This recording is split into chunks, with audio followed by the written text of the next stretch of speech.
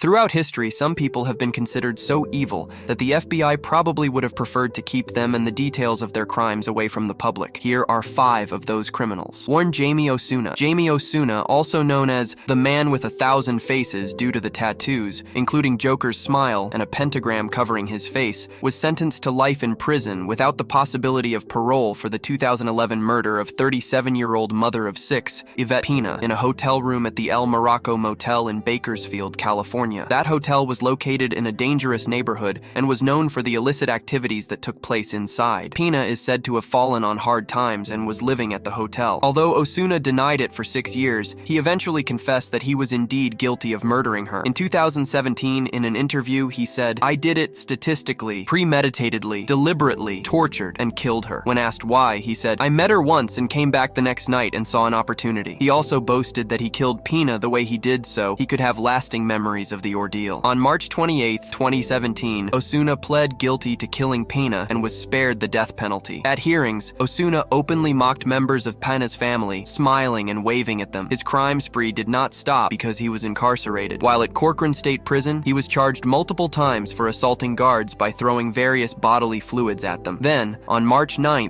2019, after almost 2 years without having a cellmate, a man named Luis Romero, aged 44, was found dead in his cell. "Ha ha ha" was written on the walls along with "the man with 1,000 faces." Despite assumptions, Osuna's mother said, "He didn't come out of the womb an evil killer or whatever they're saying. He was a normal, loving kid." 2. Dale Hausner and Samuel Diedemann. This criminal duo committed their crimes from May 2005 to August 2006 in Arizona. Typically under the influence of methamphetamine, the two would set random objects on fire and drive around targeting and shooting at pedestrians and animals, mainly dogs and horses, that they encountered. Their crime spree ended when a series of tips helped connect the two to their crimes. In fact, so many people were calling in tips that Paul Penzone, who ran the Phoenix Police Department's silent witness at the time, said he had to triple his staff due to the number of calls coming in. "Make no mistake, there is evil in the world. He, Hausner, represented evil," said Penzone. "The community was living in fear. There wasn't a waking moment that you didn't feel the intensity you could have cut with a knife," he added. One person was reported as a friend of Diedemann named Ron Horton, who said Diedemann confessed to some of the killings after drinking. At Hausner's trial, he was found guilty of over 80 felony charges in a single trial. He was sentenced to death 6 times. He killed himself before he could be executed. Diedemann was sentenced to life imprisonment without the possibility of parole. It is believed that the duo killed 8 people and shot 29. Interestingly, weeks before his capture, Hausner interviewed Mike Tyson as a boxing photojournalist for Ring Sports and NightNews.com. 3. Charles Ng and Leonard Lake. Charles Ng, born in Hong Kong, moved to the United States from Canada on a student visa and met Lake in 1981 through a survivalist magazine advertisement he placed. Both men were discharged from the Marine Corps, but for different reasons. After meeting in 1981, it became clear they were 2 sides of the same coin, and Lake invited Ng to share a cabin in California that belonged to Lake's ex-wife's family. Next to the cabin, Lake built what he called a dungeon. Over the next year, Lake and Ng worked together to commit heinous crimes against men and women of all ages. In 1982, federal authorities raided the mobile home that Ng and Lake shared in Ukiah. They seized a large stash of weapons and explosives. Lake was released on bond, but jumped bail and hid out at the cabin. Ng was returned to Marine custody. That was when he served his time for theft before being discharged in 1984. When both men were out of custody again, their crimes continued and likely would have continued if it wasn't for Ng's kleptomania. On June 2, 1985, he was arrested for stealing a $75 vise from a lumber store in San Francisco and then fleeing the scene when an employee tried to approach him about the stolen item. Lake was with him at the time but was found in the car. He told the police that the whole thing was a misunderstanding and that he had paid for the vice. Both men were brought in for questioning, but Lake sneakily swallowed a cyanide pill and died before a case could be brought against him. Ng still remains on death row to this day. Together, they are believed to have killed between 11 to 25 people. 4. William Bonin. Also known as the Highway Killer and acting between 1979 and 1980, Bonin, sometimes with accomplices, killed 21 young men and boys in Southern California. Bonin had a difficult childhood. He was arrested in 1957 for stealing license plates and was allegedly sexually abused by an adult counselor at the juvenile detention center where he was held. As she grew older, her attraction to boys only increased. But, at the request of his mother, who did not accept his homosexuality,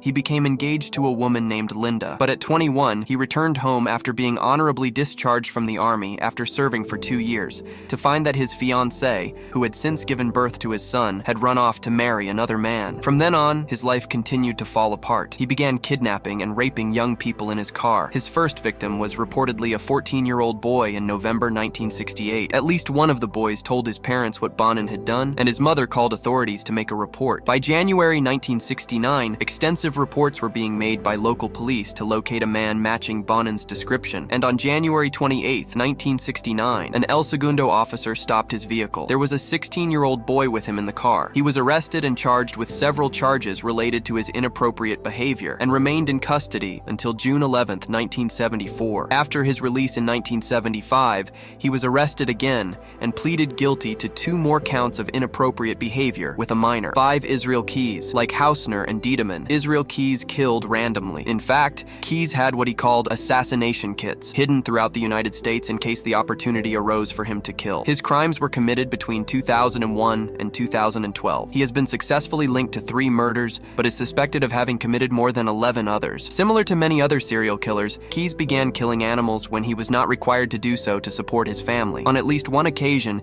he skinned an animal alive in front of other church members. Keyes is believed to have killed his first victims between 1996 and 1997 near Colville. As he grew older, he committed several robberies and enlisted in the army. After his discharge, he moved to Washington and then Alaska, where he started a construction business. He also owned property in New York. He admitted to committing 4 murders in Washington, 1 in New York and 1 in Alaska. Additionally, he is suspected of a series of crimes committed by the Boca killer near Boca Raton, Florida in 2017. He was captured by authorities after demanding ransom after killing one of his victims, and police were able to track the loot that he made his own as he traveled the country. Which of these terrible criminals do you think was the worst? Let us know in the comments and subscribe for more videos.